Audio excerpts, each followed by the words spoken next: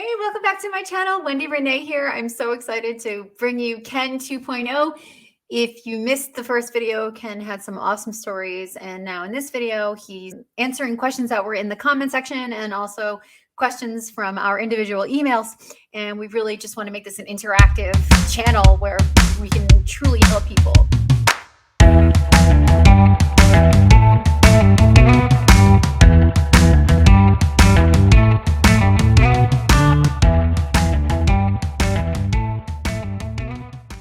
Thank you so much for subscribing. It helps us immensely to get the word out that there actually is freedom and peace of mind on the other side. Also, don't forget that I have a TikTok channel. If you're interested in that, go over there. We hang out. We have a really good time in the comment section over there. And we're back with Ken 2.0. Ken, it has been an interesting 9 days for you. We are so excited to have you back on the show. This is going to be a regular thing as we're a team and we are determined to help as many people as possible. So can you catch us up and tell us all the awesome experiences that you've had since being on the show? I remember you called me the next day and you go, "Hey, Ken, you get any phone calls? Is your phone blowing up?" I said, "No." Well, I spoke too soon because within 3 hours, man, I was being bombarded and it hasn't stopped. I talked to a brother, and I'm going to refer to people as brothers and sisters because I like to feel like everybody is, you know. So he was the COBE just last year at this time. And because of COVID, his congregation was always having extra funds. And let me back up. If you might remember, the arrangement changed a couple of years back. Congregations, when they had extra funds, they would put it into a savings account with the branch. And then that way, if they ever need money for remodels, they'd be able to do it without having to borrow it. And in fact, our congregation was the last one under the old arrangement to get a remodel done. Mm-hmm. And we paid $150,000 in cash for it. Wow. So, but think about after that was cut, and people that had that kind of money in the bank account were just gone. Mm-hmm. And so even now under this new arrangement, you're supposed to have 3 months worth of funds on hand. They like that 3-month deal. I think even the federal government says that everybody should have 3 months in case of disaster. So, but every time that the circuit overseer would come and he would say, okay, for our example, our congregation, we couldn't have more than $5,000. So if we had like 8,000, the circuit overseer says you need to send 3,000 to the branch. So this brother over on the East Coast, he's the coordinator. COVID comes and they got a surplus of cash. And and the body of elders thought it'd be nice if they put up some kind of pantry at the Kingdom Hall and keep it stocked. You know, maybe spend $1,000, $2,000 on it and just to keep it stocked. Because they were always getting surpluses. So he called the circuit overseer, goes, no, we don't do that. We don't use dedicated funds for food. It's for the branch, the society to decide. And that right there broke that elder because he's thinking about the local friends. Right. And, yeah. And because a lot of times when a congregation gets a lot of money in, it's usually just the 2 or 3 contributors. So you still have that segment in your congregation that's really poor and just getting by. So it was a noble idea on his part. And the other elders felt pretty strong about it. But when that happened, the coordinator decided, you know, what's wrong with this organization? Where does the money go? And so he did his own research, and you know, that's a no-no. And he couldn't find out where their money goes. There's no account sheet. There's nothing public about how they spend their funds. And it just made him start guessing. Here we are. Our bills have gone down because we're not using any utilities at the Kingdom Hall, basically. And yet we don't have money to take care of our local brothers and sisters. And so through his research, he just started doing his own investigating. And then he saw about the Royal Commission and how Jeffrey Jackson just blatantly lied about how the way we view ourselves. There was a question was asked, do Jehovah's Witnesses feel that they have the only sole truth from the Bible and that they are God's channel of communication? Mm-hmm. We've heard our whole life. And he goes, that'd be presumptuous on our part to say that. Does the governing body, or do the members of the governing body, do you see yourselves as modern day disciples, the modern day equivalent of Jesus's disciples? We certainly hope to follow Jesus and be his disciples. And do you see yourselves as Jehovah God's spokespeople on earth? That I think would seem to be quite presumptuous to say that we are the only spokesperson that God is using.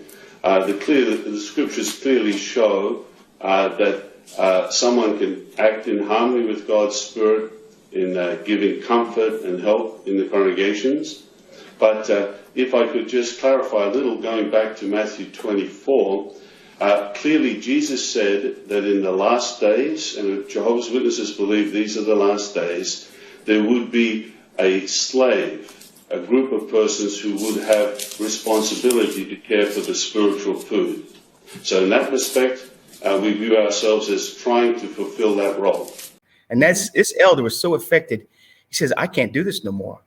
And so in August of 2020, he disassociated himself. Him and his wife did. Another experience I had was a woman in the Midwest. She's a pioneer, and her husband served at Bethel for a few years until she got pregnant. And so they settled down in the congregation, and she's been pioneering, I think she said, over 30 years. And he's an elder. But her thing was she was doing her own individual research, and which is highly discouraged by the Watchtower organization. You know, we would do the research for you, read our publication. Right. Well, thanks for you too. Yeah, we're loaded with experts, right? And so she said that she saw the issue about child abuse and how the elders do it. And then the next video she saw was our video, our first one. So this only happened just a week ago. And she said after that, she decided, I'm done with this. I can't do this no more. Wow. And so she says that she's been studying everything out there and reading it. It just reinforces her that she's made the right decision. And she's a regular pioneer. She's still counted as a pioneer for the month of June. And but she said that she told her husband, I can't do it. I can't do it. And that's interesting because his reply was, well, I understand why you feel the way you do, but I can't change. I got too much invested and I'm going to stay with it. So it didn't, I can see in some marriages, it would cause a division, but the way she talked, it's not going to be a division. It's going to be all right. I think the dynamic of working together is pretty great because when we ended our last call, you said, in what situation does a woman ever get to question an elder? That's right. You know what? You're right. I see tons of new YouTubers. More and more people are waking up, and I definitely sense that there is an uprising. And I'm really excited to hear that woman found the courage to say, you know what? No more. We're going to stop the cycle of abuse and control. You just made me think in that COBE I told you about, when he disassociated, he sent his letter to every family head. He just didn't do it to the elders because he wanted everybody to be clear that the reason why he left. And that's not a bad idea. And just like with me, because there is a difference between disfellowshipping and being disassociated, right? Because but a lot of the friends may not see that clearly, but it is a difference because when you're disfellowshipped, you committed a grave sin, and the brothers felt that you weren't repentant. However, with disassociation, I didn't do nothing wrong, so I just want to make it clear that I decided I was done. You're right. It's like, you can't fire me. I already quit. Yeah. I think that's a really great decision too. And when you mentioned that in our last video, I mean, you were so brave in reading your letter on camera. Once you get to a point where you know what they're doing, I agree with you in that disassociating is the way to go. Even though it's a personal decision, it's still drawing your line in the sand of what really happened, what really went down. It's astonishing how many PMO elders there actually are. Can you speak to what your experience was with that? Well, when you know that somebody's about ready to leave, or you love bomb them, because I remember we had a brother in the hall that was doing his own research, and he was telling me things that, when you hear these things like they're building a mansion out in San Diego because the men of old were going to be resurrected, you're like, what in the world are you getting this stuff? I've never seen this. Right. And so you say the guy's gone nuts. That's your first. He's gone nuts. So in the South they have a saying, "It bless his heart." Bless your heart. Usually it's an insult. So then you got the other side, like his wife. She's mentally in, physically in. She's a pioneer, and here is your husband's going away, and that could be difficult. In their case, it was difficult. She had to leave. She couldn't take it no longer. And you're right that sometimes the elders will use this ploy: is there spiritual endangerment to you? That's a very vague statement. You can apply it to just about anything. Right. So, so here this man, he's really telling the truth, but she don't want to hear it. So she decided it was time to separate. And we've heard that people have done it. I mean, this guy that I studied with, the baptism, same thing. He saw that I was running for city council, and he called me up and he goes, "I guess you're not a witness no more." I said, "No, I'm not." He goes, "I know the truth about the truth." And so, and we start talking like every other day. But his thing is that he was telling his wife what he was learning, and she didn't want to hear it. And so I took the fall on that one, because she knew she was checking his phone records and seeing all these phone calls to Ken Mayo. And so she more or less said, "If you don't stop calling him, I'm leaving." Wow. Yeah. And the kids are going with me. But so, I mean, his brother and I are still in contact. I had another young man right next to me, that just about 30 miles away. He said that when I came and gave a public talk there, him and his wife took us out to eat. And what, I got a beard, right? 40 years, I never had a beard. Didn't even know I could grow one. Well, in his case, in 2019, the Watchtower article, there was one about beards. And apparently the main flavor of the article was that beards are acceptable. So he grew a beard. And then after about 2 months, he said, nobody said anything to him, but an elder came up to him and said, "Hey, we need a Watchtower reader this Sunday. Would you like to do it?" Yeah. So he shows up Sunday. He still has his beard. And the brother says, "You can't read with that beard." He goes, "Then why'd you ask me?" He said, "Well, I thought that the encouragement, you would shave it." Oh, right. And so subliminal message. I said, "You were set up. You were set up to be embarrassed." And he's trying to teach you a lesson. Yes. But and that's sad, because elders will do that sometimes. They'll dangle this carrot in front of you. "You want to do microphones? Well, here's what you need to do. Your dress, right? It's a little too tight or too flamboyant. You need to back off. Your hair is too long." Right. I mean, I've even counseled brothers for putting, I don't know what the slick stuff they put in their hair sometimes. When I was a kid, it was Vaseline. So, but apparently it could be called worldly or trendy.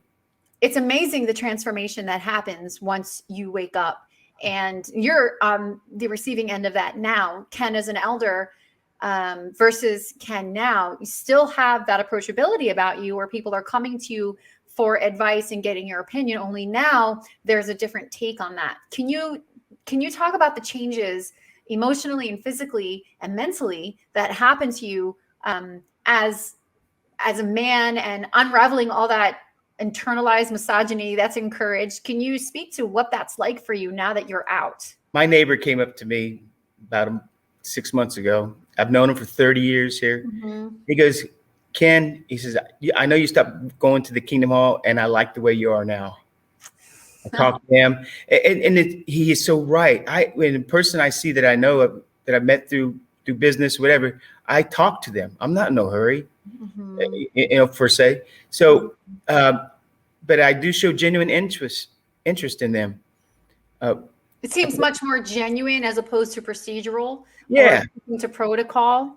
Well, because as a witness, we were nice to people as long as they were studying the Bible with us, right? We didn't really get to know people outside of the congregation or the organization.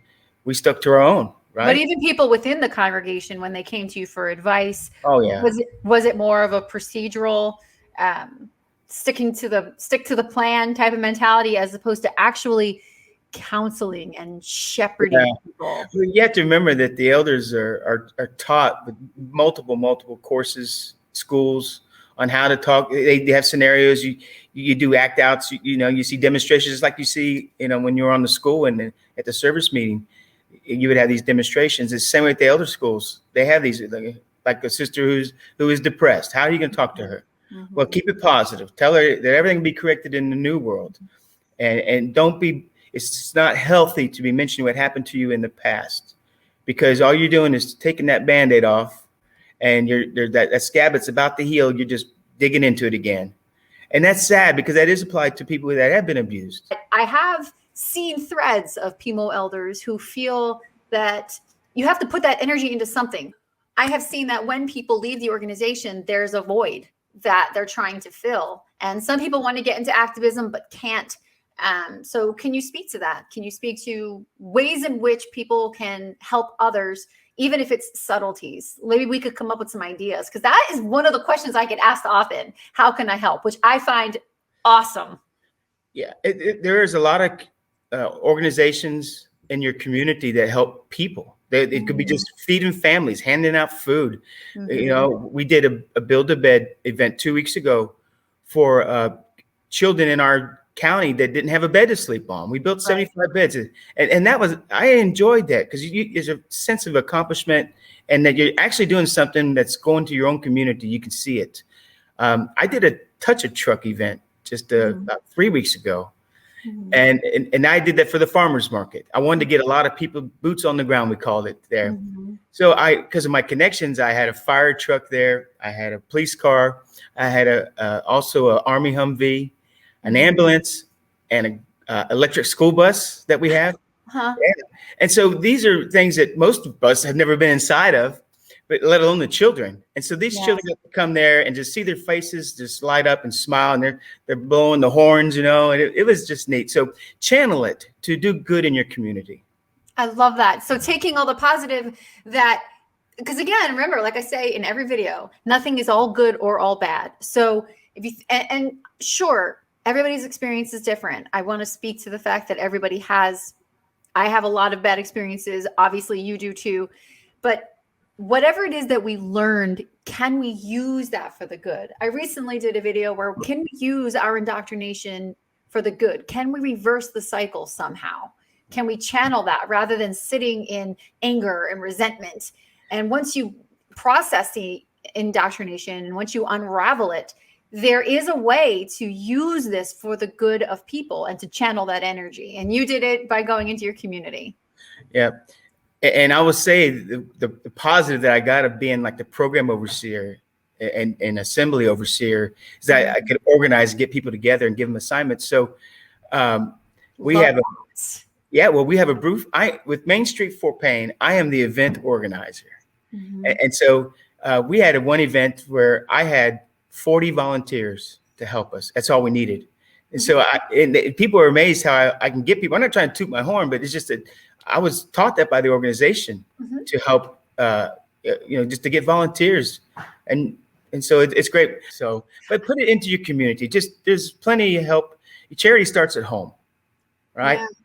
Yes. And, you know what? I had this, I drive a school bus for benefits. And I remember this woman saw me, her child rode my bus and saw at the grocery store, and she had this sad face. And I said, Miss Davis, what's the matter? She said, our church had been given money to buy lunches for poor people, and they got raided by the IRS because they were making a profit and they weren't reporting it. And it was for over in another area of the country. I said, but Miss Davis, charity starts at home, I believe. I said, right across the street from you, just two streets over, I said, there's a whole area of kids that are poor. And you've probably never been over there because you got to go, it's on a dirt road. And I said, the only reason why I know that, because I see how they look when they get on the bus. But the one boy left his backpack on my bus. He was the last student on the bus. So I just stopped and ran up to his trailer. And when he opened the door, I'm looking at the ground, dirt. I said, right there, you guys could just help them out. And you know what? She did. She went up to about 10 families there, asked them what their needs were. And so they bought them turkeys and a dinner, and they had a thrift shop, and they gave them all gift certificates of $100 each to go over and get clothes and shoes and stuff. So that was just a chance meeting. But I always, when I talk to people who ask that, what do I do with my time? I said, help out your community. And I find that that's so interesting, especially speaking to the men in the audience who are encouraged to continually climb that ladder, that there's a psychological component. And I have an interview fully prepared with a psychologist who is an ExJw. So his knowledge is fascinating with regard to this topic. But when it comes to men in the organization who are encouraged to climb, just because you leave the organization, that mindset does not leave you at all. Not automatically anyway. And the same thing with women. When women leave the organization, there is still this fear that, first of all, always thinking that someone is foremost authority, looking for that person in position to tell you what to do and how to behave. And as women, it's really hard to unravel that mentality. If you think about it, how much privileges do women get in the Kingdom Hall? Well, Ken, let's talk about the privileges that women get. I mean, so We get to support the men. how about the input do you have? None. That's right. And so, and in this day and age, well, let me just say that once I came out, I found out that women are really smart. and, and so, What? yeah, and it makes me think that, you know, we would have better account servants that were women than men would do for some reason.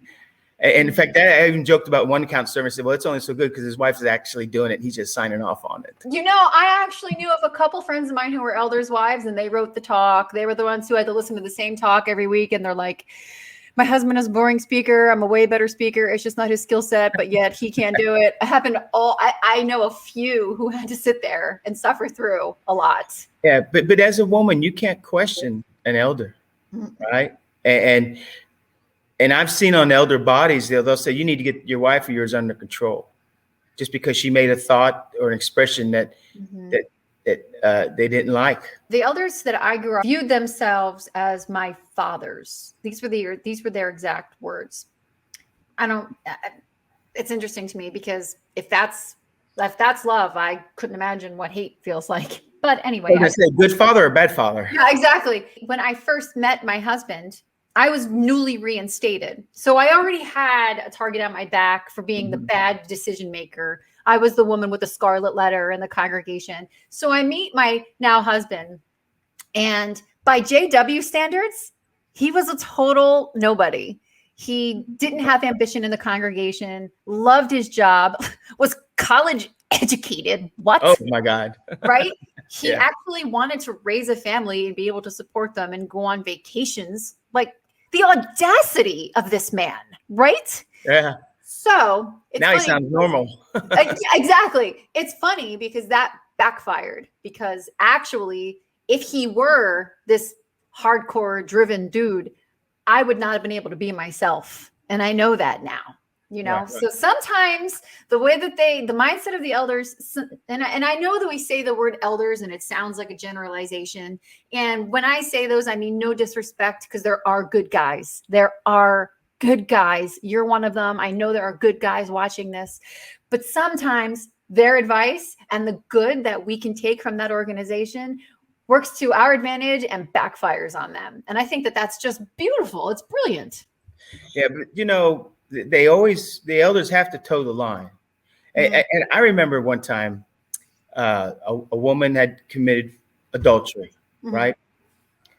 And well, they went on for a year. It wasn't just a one occurrence thing. It was an affair, and she got caught. And so, but her husband was, you know, the way he spoke, two of us were not convinced. I was one of the two. One brother was convinced that she was repentant. And so, but that one brother, because he was so nice and respected, he convinced us to go with him. And so she wasn't disfellowshipped. She was just reproved. Well, the circuit overseer comes and they always get an update. What's going on? They tell him, and he's looking at it, says, why need to put her out? And so when we told him, he says, it just puts his head down. Oh. So at the next elders meeting we had with the circuit and the district overseer at the time, he brings up our case without mentioning names, but I knew who he's talking about. And he goes, how stupid can you guys be when they did this and this and this? It's like a checklist wrong. And you let them stay in. Here's why you're not supposed to. You see what I'm saying? That's why these guys may have been the same way as that other brother was. Nice. Right. Saw the repentance in there. And then, but now they just got an education. If you do that, we could call your qualifications into question. Wow. Yeah. Okay, we're going to move. Now we're going to get into the best part. Is on our last video, we got quite a few amount of questions. I've gotten emails and so have you. So I really want to honor our viewers and I want to answer their questions. So you good with that? Okay. Yeah, so let's do the first question. This is something that it was actually very important. When dealing with apostates, how were innocent spouses treated? You know, it just depends on the individual elder or elders. I would say, for my part, I would have felt sorry for them, you know. And you hate that that spiritual division is going on. And if it's the woman that's being the bad guy, I mean, the elders, they may try to say, get that woman in line, man, bring her in line. Really? But then if it's the husband, it's hard. It's difficult. You know, what do you say? Because then I also see in this question, the person is deeply affected because if, like, for example, when my family member was disfellowshipped and I wasn't, I was treated like I was.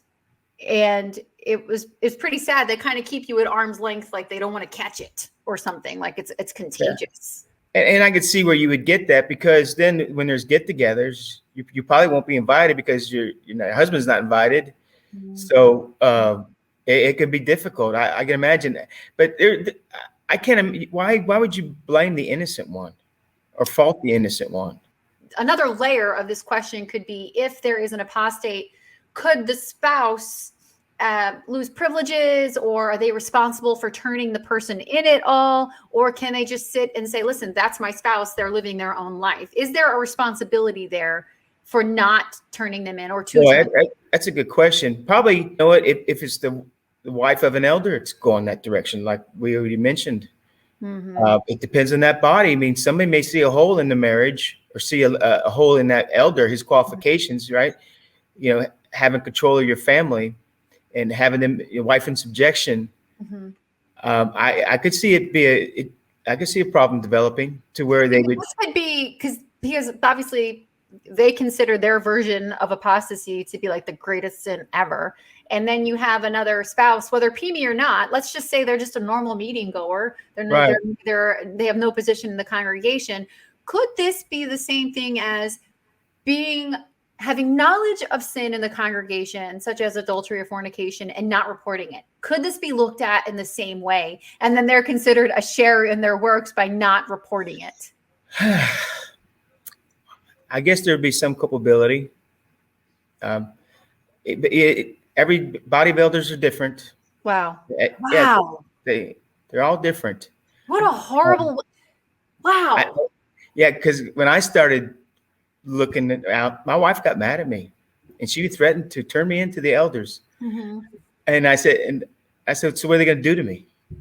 Well, you know what's fascinating, Ken? Here's the thing. We're responsible for turning in our friends and our family for, I don't know, smoking a cigarette or whatever. But nobody is responsible for not turning in predators to the authorities. They're not a sharer in their works then. What? Second question from our viewer is that Ken had the experience of being on the committee of CSA cases. So yes. Kind of after you left and you knew about the CSA cases, what did you then do? Well, I have an in with the police department. And so I contacted this lieutenant, and I asked him, I said, when I was an elder witness, I was on child abuse cases that were never reported. I said, because the Alabama has that ecclesiastical privilege. I said, but now, as me telling you these stories, I said, what could be done? And he says, well, if it had just happened, maybe we could do something. And he asked me how long it's been. I said, it's about 15 years or more. He said, so at the time, what did the parents do? I said, well, the parents didn't want to come to the police. And he said, now the victims are definitely adults now. I said, yeah, they're in their 30s. And he says, and they haven't come to the police. I said, that's correct. He said, really, there's not anything we can do, because no district attorney is going to try to prosecute somebody if he's got no witnesses or victims to speak up or be uncooperative. So that's the sad part, that those people who have been molested as children, I don't know what goes through their mind to this day. I'm not inside their mind. But I just can't imagine a person can just get over it without some kind of professional help. No. And even knowing that the victims are still out there. There's one guy called me, was an attorney, and he told me that as a young boy, he was molested, but he didn't tell anybody. He didn't tell his dad, because the week before he told his dad that he got beat up by a boy, and his dad gave him another whip and says, don't you ever come home and tell me that someone has done something to you. You take care of yourself. So 20 years go by. He's now in his middle 20s, and then his brother that did it to him was still going to Keno, and he told the elders about it. He says, that guy's a molester. He molested me as a child, and they didn't believe him. So he decided to go to law school and get a degree, but it kept bothering him that it was never reported.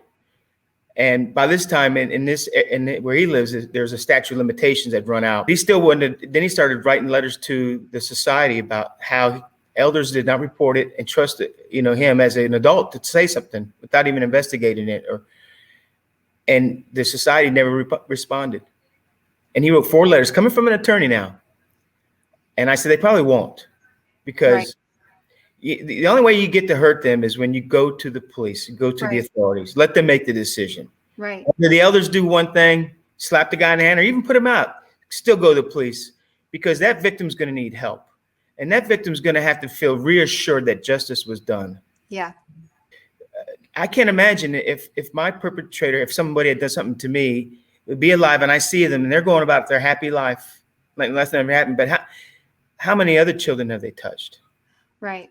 Because it's an illness. You just don't touch one and the elders will counsel and you stop doing it. It's an illness. Thank you for going to the authorities even long after the case was over.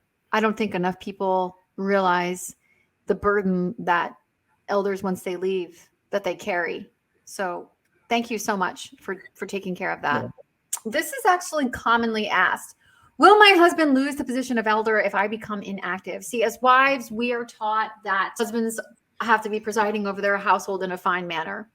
And therefore, there's a lot of pressure put on women, a different kind of pressure than on men, to look a certain way, act a certain way, because your behavior means his status. Can you speak to that if a woman is becoming inactive, if this can happen? Oh, it can happen. It just depends, again, on that body of elders, how if they like you or not, basically.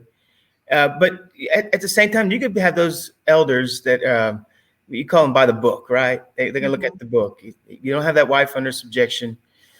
She's going contrary to what she's supposed to be doing. We can question your qualifications. That'll happen. And the CO, when he comes, why aren't your wife a publisher? Really? You're not good enough to get her back? It depends on the CO too. He could, because they do look at all the brothers every time they come around. They look at your records, look how your family's doing. So if it's a ministerial servant, for example, he may not be removed depending on the body, but what are the chances of him being appointed to an elder or something else? Oh, forget that.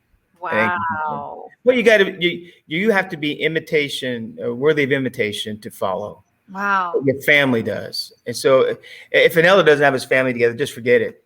He's I know of one elder that was very, very close to my family. And his daughter was going to college, and he did everything in his power to keep it quiet because he was afraid of losing his reputation as an elder for simply sending his daughter to college. Crazy. This is the next question. Thank you for this, by the way. I'm sure everybody's grateful. This is something I want to know too, even though you could find it online. Why is the elder book private and secret? Because here, if you're part of an organization and you're devoting your life to it, shouldn't you know what you're agreeing to? Because if Wendy had that book and she read it, she'd be telling the elders how bad they're doing a job. Not me. Not me. It is the truth, though.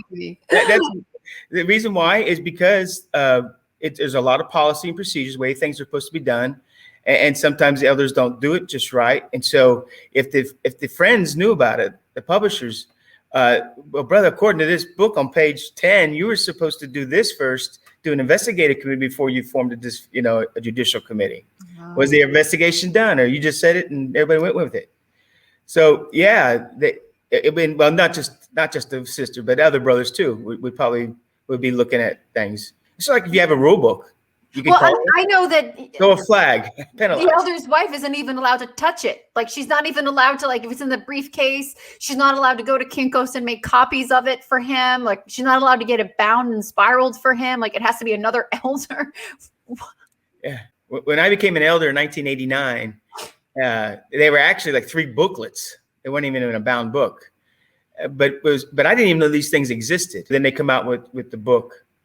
And what's funny though, like when we had the Revelation book and somebody would always make these stickers and you stick it over this paragraph because it's been updated again. And yes. then he had put another sticker over it again because it's changed again. In our elders' books, they would not let us do that. We had to write it in with pen or something. and when I thought was really interesting, but then it was later told me that if somebody, let's say the police because sometimes the police have had a search warrant and be able to search the Kingdom Hall. I've read court records, they've done that, and they'll go through your files and stuff. So, but let's say they get a hold of this book where an elder has written notes. Society could always say, we didn't say that. He wrote that in the book. Because we'd be at elders meetings and they would just cover subject, and then somebody would give an experience or something or way to do it, but you'd write it in with your pen or pencil. And so that way it's not printed by the branch. Unbelievable. And I know that the elders book is now available on PDF. All you got to do is Google it. That's helpful. And the fact that it was just recently updated, they keep updating it. When you're at elder school, which you've been through. Oh, yeah. What comes up when it's grounds for disfellowshipping? Do they actually like sit around and talk about this? Or how do these updates happen? Is it because people are finding more ways to sin that they need to continually be on top of? Or it's correct. It's correct. Yeah. It's just because the world is changing, and they'll even say that the scene of this world is changing. We got to keep up with it, and so yeah, it is really that reason. Wow. Everything can't be put in the Bible black and white, but you have to use Bible principles. So that this new thing that comes up, whatever it is, what's the Bible principle being broken? What Bible principle do we think is being broken? Yeah, I remember, for a time some brothers would wear these suit jackets with padding on the shoulders. They look more square, like David Bowie, And so I remember counseling them for that. I don't remember what scripture I used. It's just talk about decent, modest dressed. Yeah. And used to have the definition of modesty, right? Mm-hmm. It was being aware of your limitations. Mm-hmm. So if someone has to say, I remember an elder, I used this in a talk one time. The sister would love to have these long fingernails, and she would get counseled about, you need to do that. It's a distraction from the ministry. And she goes, no, it's not. And so they went to the door, and she whipped out her Bible, started reading scripture, and the person goes, man, look how long your nails are. Oh. So he got her. Yeah. Look at my porno shoulder right here, man. I'm ready for some serious counsel right now. This is a big deal, I'm sure. Acting like a worldly girl. My hair is a dead giveaway. Yeah, you probably would get canceled for that too. I didn't even think about that. Oh, I know, but whatever. It looks good. Here is a question that I'm excited. Somebody asked this, and I can't wait for you to speak on it. Do you know of any of the elders that were involved in the Ray Franz case? And this is such an interesting topic. Well, Fort Payne, Alabama is only about 30 miles from Gadsden, Alabama. So I knew 4 of the 6 elders involved. And there's a couple of variables there. Rob Dibble and Theodis French, they're in the book. So good friends of mine. We did a lot of works together. And I remember one of them I was talking to, how he said that it really bothered him having to do this because he was a young elder.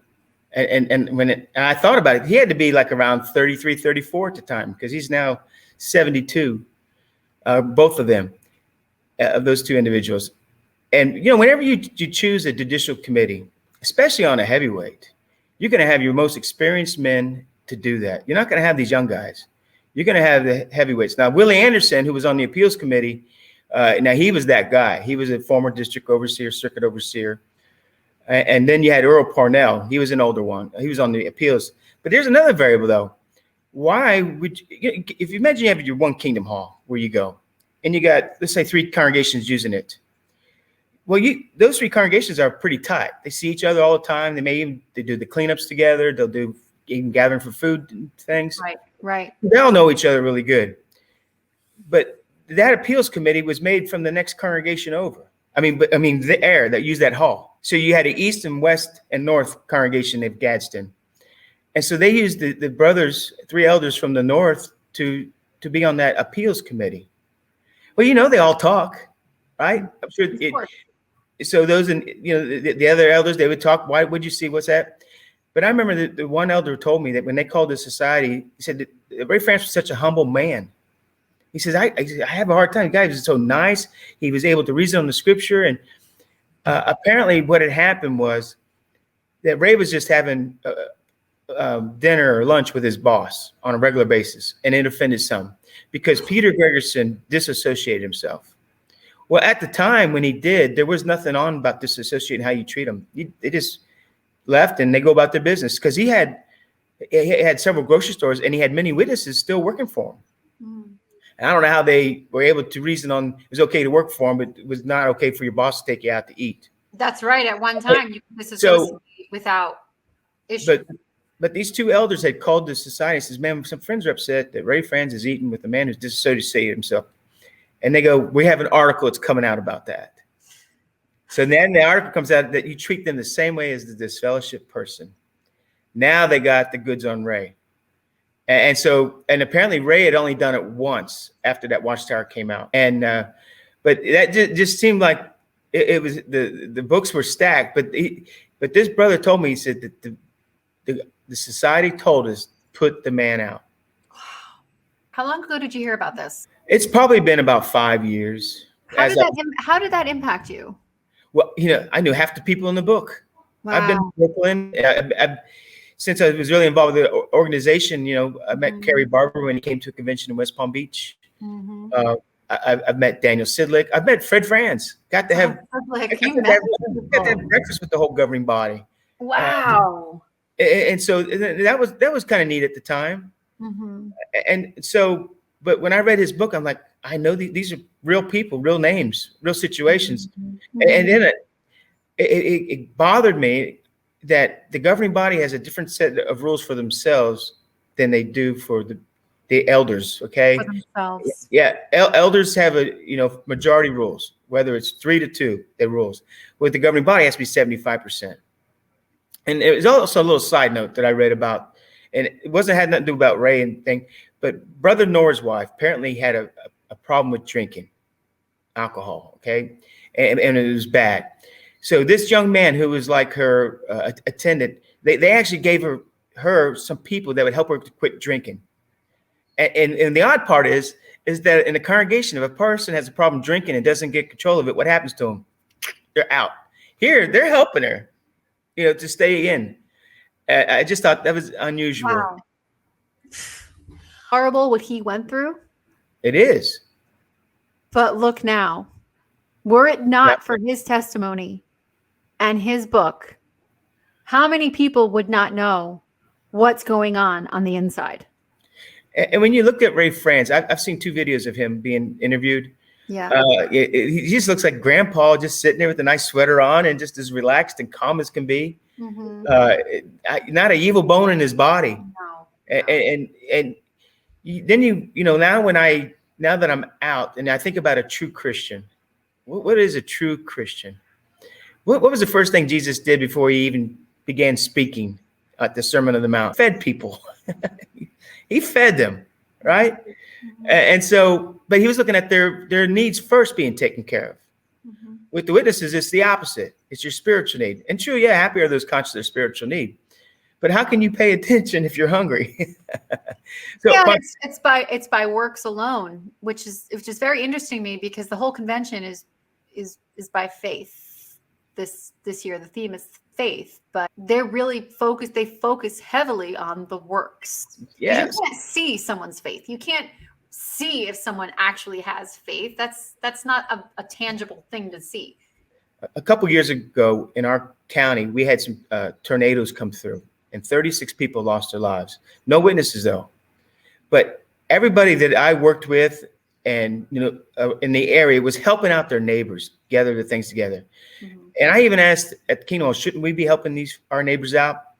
Well, no. Since none of the witnesses were involved, we didn't help nobody. But yet I saw all these churches coming together and cleaning up and building, helping people get put into homes again. But witnesses did nothing because it wasn't theirs that were damaged.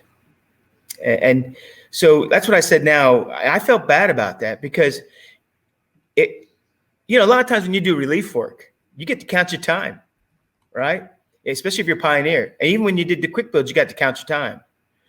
So unless it's sanctioned by the RBC, in this case with the tornadoes, if you can't count your time, you're not going to help out. But that bothered me. And that's maybe another reason how I've channeled my time that I've spent at the Kingdom Hall to help in my community. Okay. Next question. We have quite a few people who have never been through a committee meeting before, and they're waking up. There is that whole fear of what actually goes on, and you only really know the testimony from someone who's been through it as a wrongdoer. So can you please speak to what actually happens at a committee meeting? You actually think that they're trying to determine whether or not you're repentant, but really it's just sentencing. Can you speak to that from the elders' perspective for the people in our audience who have never been through one before, what truly happens? And then they make you leave the room so that they could deliberate. Can you talk about what goes on in there? Well, first they get together and before they invite you in, to just talk about it. Okay, here's what's happened. We're going to find out what led up to the sin, how they've done after they committed that sin, and what are they doing for the future to help prevent it from happening again. So you can ask those kind of questions. And it's crazy is that most people don't know what's going to happen when they walk inside those 4 doors, in the walls, and what's going to be asked of them. And a lot of times brothers sometimes get so detailed. You wonder, why are you asking that question?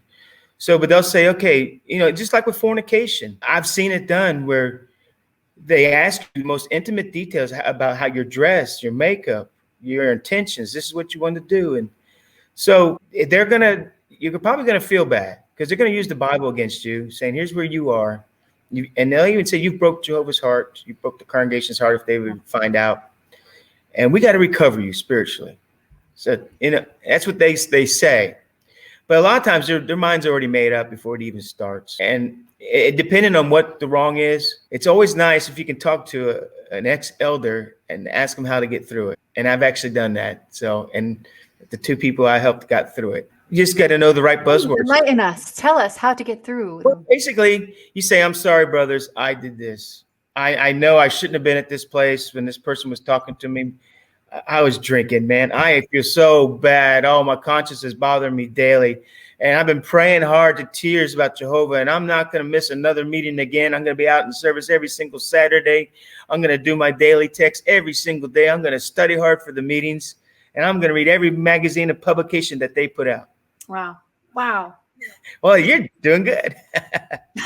So even if you don't believe it, but you need to stay in. Yeah, that's exactly right. Friends and family, basically just tell them everything. Because you, as a complete believer, I would go into this meeting and I envisioned that the Holy Spirit was just kind of sitting above us, like that image in the Revelation book, and just kind of like floating above us.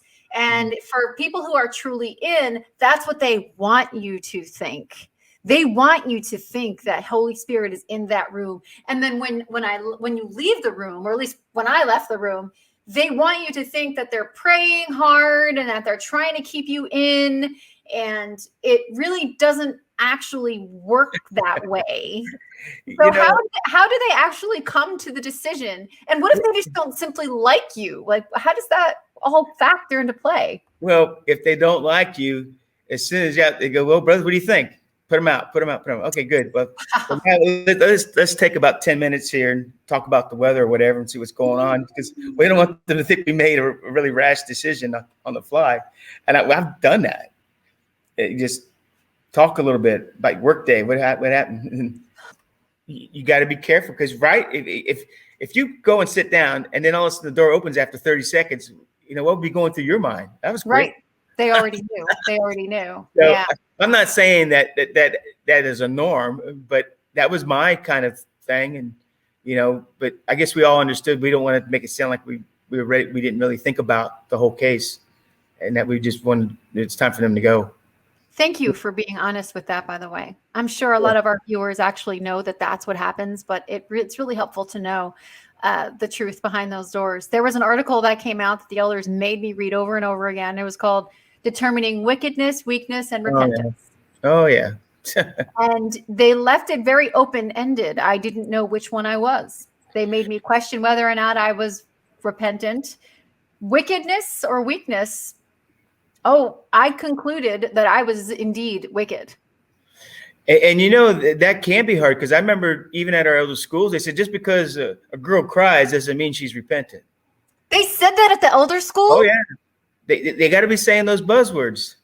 You're repentant when you start doing good. You're going to have to do all these good works here. Here's another question that is asked often. Can someone be disfellowshipped if they do not show up? I see this coming up a lot. Yes, they can be. But the procedure is that you have to give them another meeting. It actually happened with us. The girl didn't show up for the committee hearing. She was pregnant. And so called her again. And you have to do it 2 brothers, though, on the phone. Because you have to have the other witness.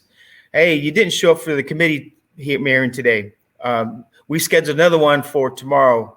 Can you be there? Oh, okay, you can? All right, we look forward to seeing you. And she didn't show up the second time.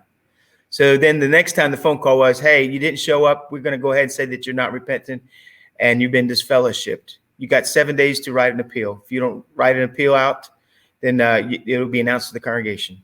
Here's my question about the appeal process, speaking of which. Okay, I've been on an appeal committee. The Holy Spirit is truly disfellowshipping this person. Why is the appeal process there? Because mistakes have been made by elders' bodies or judicial committee. Some have been overturned. In the society, the branch will go with the appeal committee because those are your most experienced brothers. I'll say it's rare, but it has been done.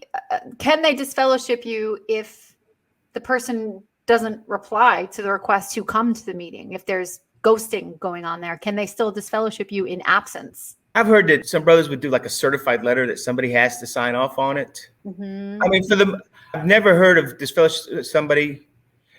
Only if they did something that was in the paper, okay? Let's say they joined the military, right? Well, they've already disfellowshipped themselves or disassociated themselves by their actions. So that would be a case right there without having any kind of hearing or anything. Or they could go to another church. I remember a woman she was a sister, started attending another church. We had a couple people seen it coming out. And I called her and says, you going to another church, huh? Well, yeah, they got a nice feeding program or something. And I said, well, by your actions, you're showing that you want to be a part of Babylon the Great. Oh. Yeah. And she goes, well, I don't know about that, but I'll come back to the Kingdom Hall too. And she wanted to play both of them.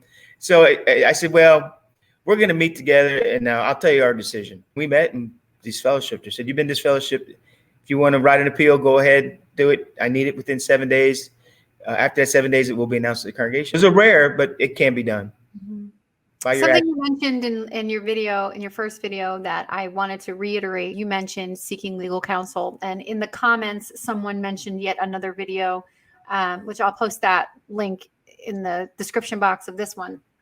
Can you speak to the truth in the matter of whether or not someone can threaten legal action if they're announced, because it can be considered a smear campaign? Can you speak to that?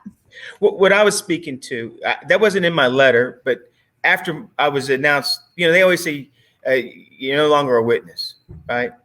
And so they don't say this person has been disfellowshipped or disassociated. They just say that so-and-so is no longer a part of the Christian congregation. So it's left open. But what happened is an elder called somebody and told them that I was disfellowshipped. And that's when I texted every elder and saying, hey, there's a difference between disfellowshipping and disassociation. Disfellowshipping implies a moral sin was committed. Disassociation is that the individual took the action, just stepped away from the congregation. There was no immoral sin committed. Okay. So any implication to defame my name in the community will be met with legal action. Do you know if legal action can be taken for someone to not? Because I do know of people who are actively trying to not have their name announced publicly, and they're doing that with the threat of legal action. Do you know of any cases? Do you know if that's a real thing, or is that defamation of character is a real thing? It is, yes. And so anybody that's got money and is determined enough, if you get me upset enough, I'll spend my good resources to do it. Right. And so it can be done. Has it been done? I haven't heard of it, but okay. I want to use it as a maneuver to tell them to shut up. Just let things. It's true. You can sue anybody for anything. That's right. Yeah. I'll take it to court. We'll see what happens. Okay. But in that case, he couldn't deny it. See, the court will allow one witness against another. The court will allow it. Yeah. Not the kangaroo court. They don't allow that. That's correct.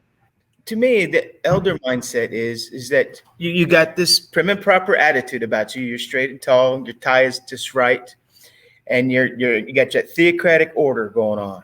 You just there's a certain way and expectations that you want to receive from individuals. And what I mean by that, let's say if they're a friend of yours and now they're in trouble. I remember one committee I was on. I went to the nearby congregation, and this girl, she was a waitress at Applebee's, right? And you know, and I knew her and her family, but they asked me to be on the committee, and I did it. I don't know. When I look back, I probably shouldn't have been on it, but I said, you know what? I can differentiate the two. I can put our feelings aside, and I did. I put on that elder's hat. A sin was committed, and you go through those steps. Did you? How were you dressed? How'd you look? What did you do to attract this young man? Same things. Yeah, and you did it multiple times or whatever, right? Mm-hmm. So mindset means just it's like they always tell people, like let's say a man when you come home from a hard days of work and someone chewed you out, when you step in that door, you put on your daddy face and you be nice and gentle to everybody and don't talk about the problem. But it's the same implies. You put on that elder hat, and now you become this straight-laced guy, and you're going to toe the line. That's what I mean. Why is there so little amount of counseling in the loving sense? Why does it always seem so like they're just wanting to get to the root of the matter and just get you out of there? Why does it seem like that? I don't know. It just depends on the individual a lot. And hey, there are some elders that get jealous of other elders, or even those in the congregation. Human. Yeah. And so especially if they think you could be doing more and you're not, mm-hmm. and here they are doing it, mm-hmm. and you seem to be getting blessed. And when it comes to men in the organization who are looking to fade, who have privileges, wow. What are some ways that they can stay incognito and do a successful fade? How do they not refuse privileges or step down? What does that look like for someone to successfully fade and keep their reputation intact? Well, in my case, you got to be a good actor. Like to not like bring attention to themselves if they want to just get off the mic list, or like, what are the steps? Like, I'm not doing talks anymore, or I'm not doing accounts anymore. What are the steps? Well, this last go around when I was a ministerial servant, and by this time I'm awake, and it's just killing me. It's eating me up inside. So and that was my all intentions, was just to fade and be left alone. I was tired of just being counseled for every little thing I do. Even on the radio, I would call in and I would talk about things, and some said I was starting to get politically involved in in the politics of the local area, and I didn't think I was, but whatever. But I just got tired of it. I just wanted to fade and go away. The fading part, it's you as the individual, how you work it out. And in my case, like I said, I already had a network of other friends, people. But if you're not trying to draw attention to yourself, and you're already that brother who's known for giving mics, who's known for being the one who talks, to turn down a privilege would raise red flags in many congregations. But that's what I did. I just said, hey, I called the two brothers to the back. I said, listen, I can't be a ministerial servant anymore. What'd you do wrong? I didn't do anything wrong. I just don't want to do it. I said, I got too much going on. Mm-hmm. I said, you got brothers here. What was crazy is that I started taking care of the accounts when I wasn't a servant. And usually the accounts are given to the best ministerial servant, the sharpest one. I wasn't even one, and I was doing the accounts. Did they want to have a shepherding call with you when you said you don't want to be a servant anymore? Oh, yeah. Threaten that, yeah. I thought, that's stupid. So can someone say you're a guy that I've done it all, and that they want to shepherd me. They called me up, and they even wanted to bring the circle over. She says, I don't want to talk. I said, I'm doing fine. Well, your wife, I said, I'm her shepherd. She's good to go. Mm-hmm. And they did call her separately and wanted to know if she wanted to talk. Mm-hmm. That kind of got me upset. She goes, no, Ken takes good care of me. Oh, mm-hmm. Yeah, she's a trooper. She's the best. So they're going to have to either be brave or keep the privileges. Is that, yeah? Yeah, you have to make a decision. Like the coin of phrase, right? You can't be on both sides of the fence. Mhm. You have to make a decision which way you're going to go, to the right or to the left. Mhm. And so my decision was to go away and just let what happened happen. But by that time, I've read enough of stuff that's out there and other people's experiences, Mhm. and that's what I tell people that it's good. It's like therapy. This is therapy for me. Successfully fading is not an easy thing to do when you No, have it's not. this status in the congregation. And to just abruptly take yourself off of lists will inevitably bring unnecessary, unwanted attention to yourself in that congregation. So to avoid that, many of these men are trying to figure out some kind of a plan as to how do I fade successfully when I have all these responsibilities in the congregation. Right. And gradually they take themselves off of lists. Heard of men who are looking to fade. They'll say that they just have a lot of family obligations right now. Yeah. Or they'll talk about they're dealing with anxieties or personal problems right now. And in the event that they do say those things, to eventually fade and just be taken off certain privilege lists. You can probably do it at first. If you're going to live your life, you're just going to have to just take that step and that leap of faith and hope that it's going to work out. And most of them do that, and it works out for them. So, but it's the same. You can only act for so long, in my case. But I've known some people just move away to another area. Moving away is a good option too. Yeah. In my case, I couldn't because I had my business established here. So I just had to deal with it. Because I would have loved that option, because it kind of kills me when I've known these people for almost 40 years. My go-to buddy that when I was studying, him and I would get together after work, have a couple of beers, play chess, and listen to music. But I was just studying at the time. But he was a baptized brother but he kind of took me under his wing. But I needed that because I was losing my worldly friends, and now I'm getting these new friends. Right. And then I married him and his wife, but we were always together. And so I missed that. And my wife even called him up and says, you've known Ken this long, and you can't take his phone call. And he says, I'm not going to talk to apostates. And I didn't even consider myself an apostate. I just questioned it. I stuck to what the society puts in print. That's it. I just used their own literature. And I said, look how old we've gotten. What does it take? And after all these promises, we would never grow old and die. And that Armageddon's going to be here tomorrow. So you don't have to plan for anything, basically. This is what I was speaking to somebody yesterday who called me anonymously. And it's another man who's an elder for 20 years, pioneered, lost his wife, his family, all because that's so sad. All because he just doesn't believe it anymore. And one of the things that I find to be very, very helpful is using your pain as your power. Once you've healed, using your story as your superpower. And I find that so many people it's a very unique experience to have been to pioneer school, elder school, to have been through all of these circumstances. Right. And I firmly believe that having gone through it, I'm able to see this now because of the healing process. So to the viewers out there, if you're currently dealing with a lot of pain, I'm not trying to invalidate the pain you're going through. But once you step back and look at the pain objectively and look at the hurt you've been through, you're able to say, wow, you know what? I can now relate to someone who's been through a committee meeting. I can relate to a woman who has been probed and prodded by 9 different men, by myself as a single 25-year-old woman. I went through all of those committee meetings.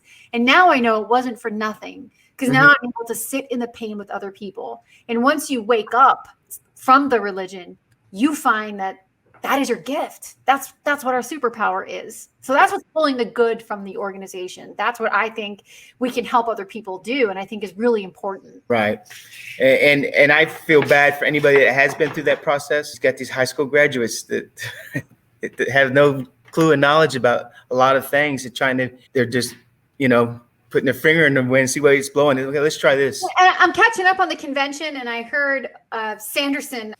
He actually said that faith can help you overcome shyness. Like being shy is a bad thing, and you need faith to overcome it. Yes, faith helps us conquer our fears. It helps us overcome shyness. So what he's saying essentially is, if you don't overcome shyness, someone would conclude that they don't have enough faith. Isn't that insane? That's insane. Because you don't have the blinders on and you're actually hearing the message. Whereas others now, it's like, oh, wow, great. This will help me get over my shyness. Just keep praying and studying. I'll get better at it. But there's nothing wrong with being shy. That's the interesting thing about it. I guess shy people don't reach out. So that's true. Yeah, and they don't want to go after all these other privileges. Thank you so much for being on our show again. Oh, yeah. We are so excited to have you be part of this. And I mean, you put your number on YouTube. So clearly you're okay with people reaching out to you and discussing things. And I think anonymity is really, really important to so many of these people. And also the doubters and those that say, I can't believe this happened. And that's why I did it. I'm not a liar. Mm-hmm. I can't make up my experiences. Mm-hmm. So, I just, I'm not going to say I get in an argument with them. But, oh no, we have some vicious people that have come in the comments. Right. And so I'm not going to get in debate, but prove me wrong. Mm-hmm. You're going to make an accusation, prove me wrong. Right. It's basically the bottom line. And they're coming at us with ad hominem arguments. So they'll insult the person, but they won't come with a different viewpoint or proof. So I don't really give much energy to people who call us liars or spam my account. Yeah. To me, that just boosts the algorithm. One guy goes, how can I listen to a guy that used to be an elder have a beard now?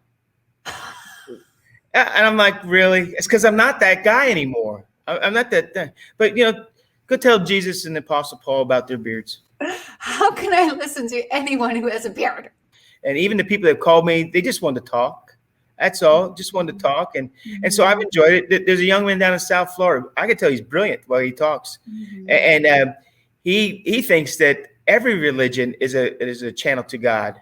Of course, but the JW me goes, oh, boy, But then once I listen to him, I go, well, that's a plausibility.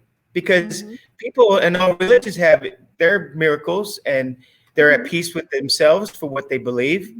But the fact that you're acknowledging a higher creator, maybe that's all he wants, just to acknowledge it. That's the beautiful thing. You can be open-minded and think what you want now. There's freedom in that. And that is me. I listen to everybody now. I'm not just prejudging and I don't care who you are and what you believe. But if you're just a generally good person, be good to people, help out your community, that's what's important. And maybe that's how we get to the better life. Just by doing good, people and just being charitable. Ken, it is such an honor to have you on the show again. And the way that you are helping people even behind the scenes is masterful. So again, if you want to reach out to Ken, where can they find you? Let's put that number up here again. All right. 256-996-2561. Okay, but great. Please also be conscious that I go to bed early, so no calls after 8:00. And I do work. So if I say that I'm with a customer or I can't talk right now, please honor that.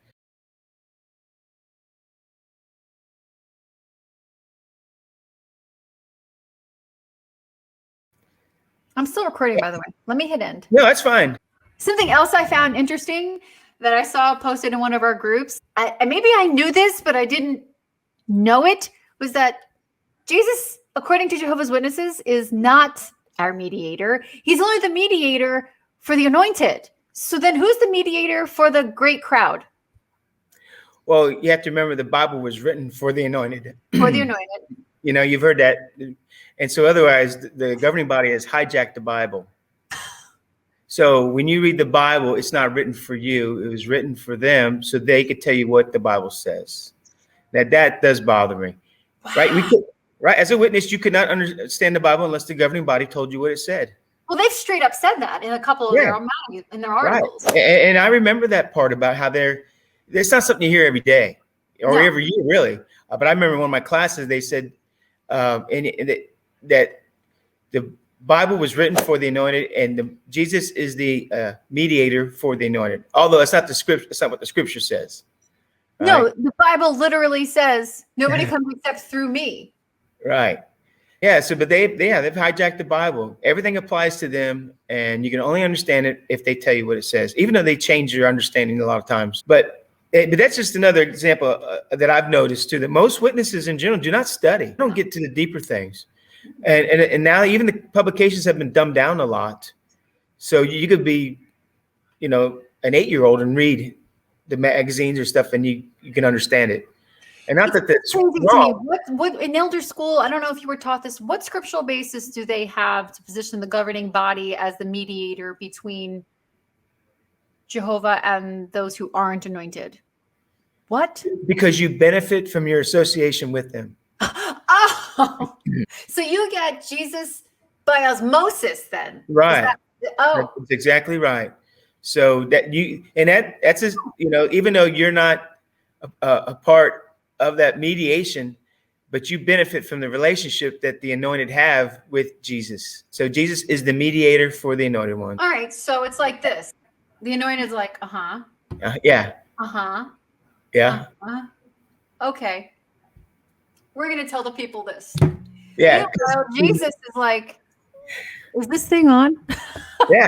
So because they're the sole channel of truth, right? It's God's organization. So if you want to live, you have to be associated with that organization. So That's why you might get these instructions that sound kind of weird sometimes, or doesn't sound practical, but trust us, we're being guided by God's Spirit. They've hijacked the Bible. And like if you read Romans chapter 8, where it talks about being children of God, there's no expressions, great crowd and anointed. There's just a blanket statement. Our witness bears witness with God's Spirit that we are God's children, in verse 22. So, if you were just to read the Bible without any of these buffers or blinders, any prejudices or what you've been told before, just read it right. What are you going to get out of it? And that's what I want to do one day. And some people are doing that.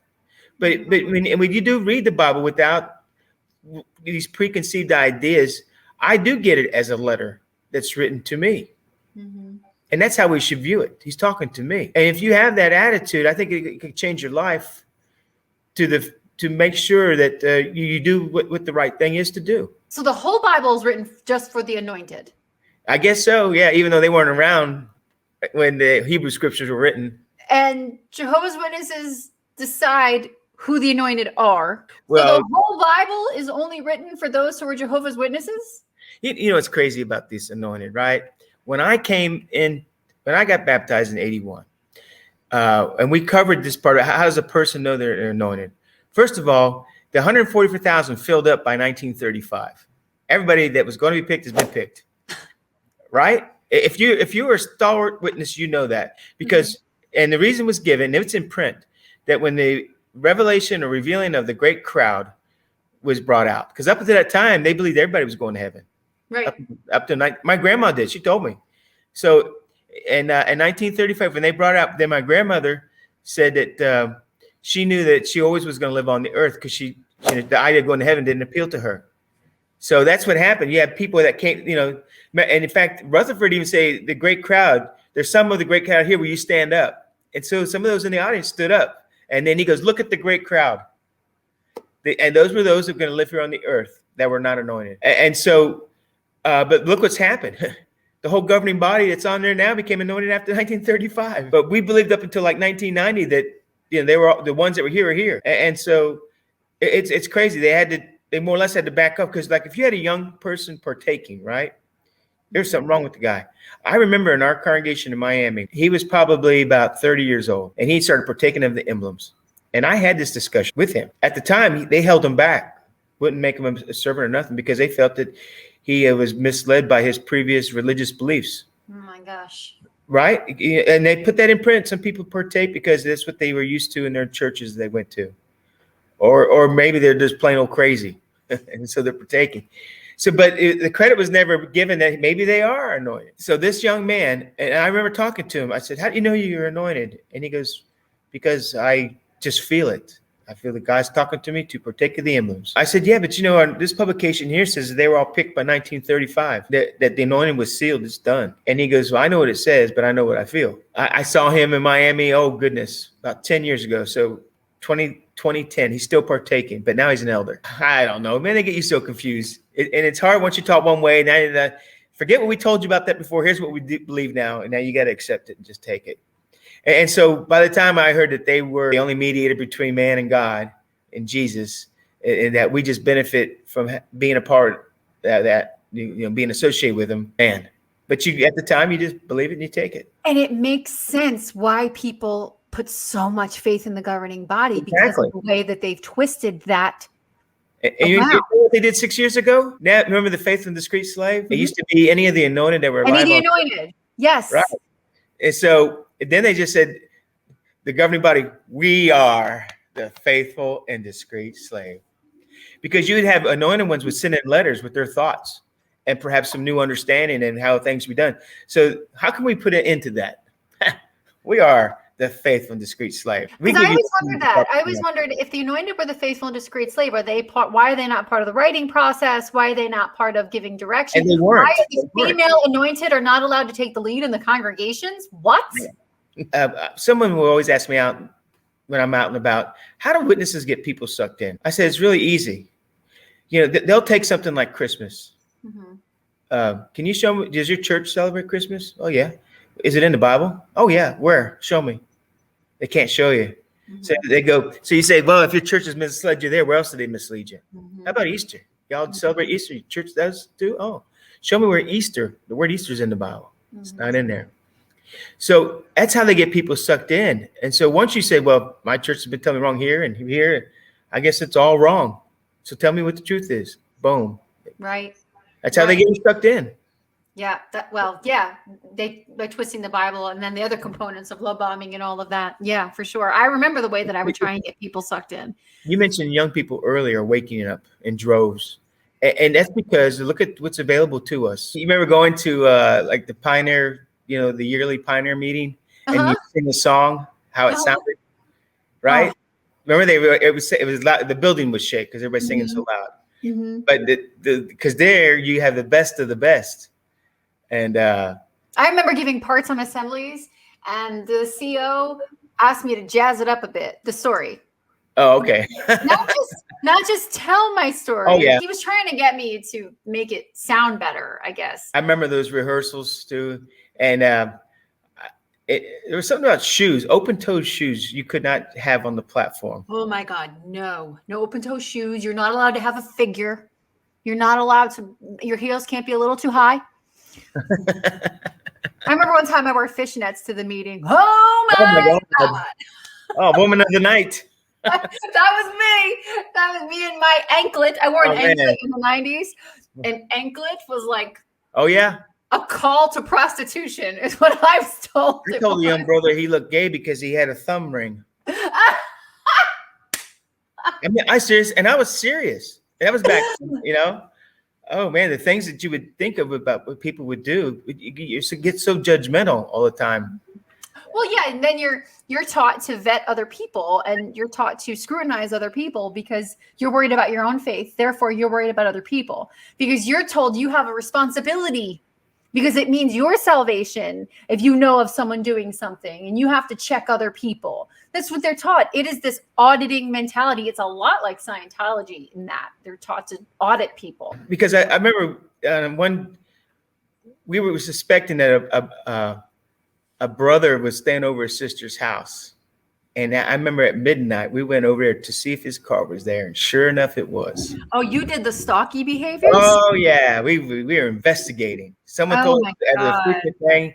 They denied anything was going on. And so we just picked a night randomly. And sure enough, got the goods on them. Wow. But, I know. It's amazing that that's actually allowed. Do they still do marking talks? Oh, sure they do. Sure they do. Oh, God. Yeah. We deleted an elder because he didn't agree with the marketing talk that I gave. And the way I was taught, when you give a marketing talk, it's about a person who's not towing the line, but they haven't crossed the line. But there's a trend there that you don't want to be followed. His dad was an elder. He agreed with the marking, but he didn't agree with the talk that I did. Mm-hmm. So he came after me. Mm-hmm. And really what I did, I gave details without mentioning a name, because that's how I was trained. Mm-hmm. I was trained that when you give a marketing talk, you want everybody to know who's familiar with the situation, knows who the character is. There should be no doubt in their mind without mentioning their name. And I did that. I talked to, I did. I just told them what they did for a living, that nobody could question who it was. The father was about ready to tear my head off after the meeting. And I said, you better get a control of yourself, because everybody agreed on the talk. He goes, well, we agreed on the talk, but not that way.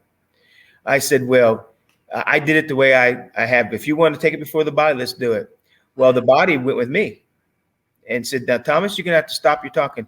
Because what he did, he started going to other people. Did you agree with the talk? Do you think that talk was kind of mean? Mhm. So, but what he was doing, he was causing divisions.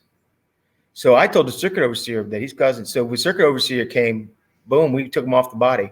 Oh my goodness. Yeah, saying that he was trying to protect his child or water it down, make it not seem as bad. Oh, I had a marking talk on me when I was publicly. I am shocked. No, I did. I was publicly reproved, and I was a bad girl. I mean, I had my own apartment Okay.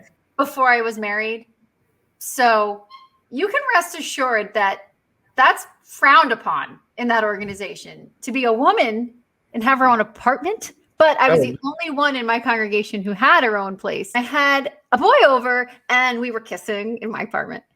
And because I had this crazy conscience that, Father, please forgive me, I have sinned.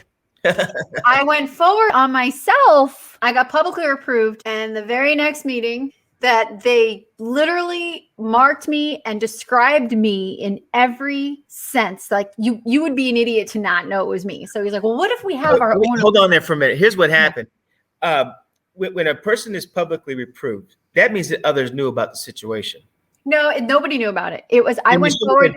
If they publicly reproved you, it's because they were punishing you to the severest terms. They were punishing me. They punished me. They publicly reproved me because, they said they saw a pattern in my behavior. And why did they just disfellowship you then? I don't know. And then they made a talk about me. Well, here's what I was going to tell you, though. Let's say that others did know. Right. A talk would be given. It's not really a marking talk, but it's just saying that there's someone in the congregation. Well, in a sense, it is marking, just to stay away from.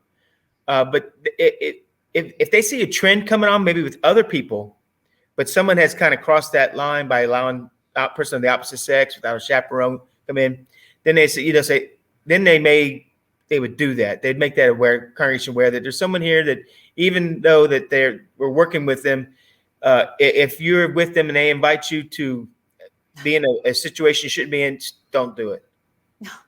Don't go out with them or anything. So that's what's common. That's what has been done in the past. He looked at the audience and he's like, well, what if we're female and have our own apartment? Oh, yeah. See, yeah. And this silence just went over the audience. And I'm sitting there just listening. Like, I deserve this. I absolutely deserve this. Yep. That was my mentality. It's awful. I wonder you just didn't get up and walk out. I never did. No, Have you ever done that before? Nope. I deserve everything I get. I am that terrible of a human being. I deserve to be treated like this. I need this because Jehovah is using them to refine me. Wow. Thank you so much for being here. We may have a Ken 3.0. And that's it. We'll see you next time, Ken. Thank you so much. Bye. If you want to be on the show, email me at wendirenay@gmail.com and we'll get you up on the schedule. Thank you so much for watching our show, and we'll see you next time.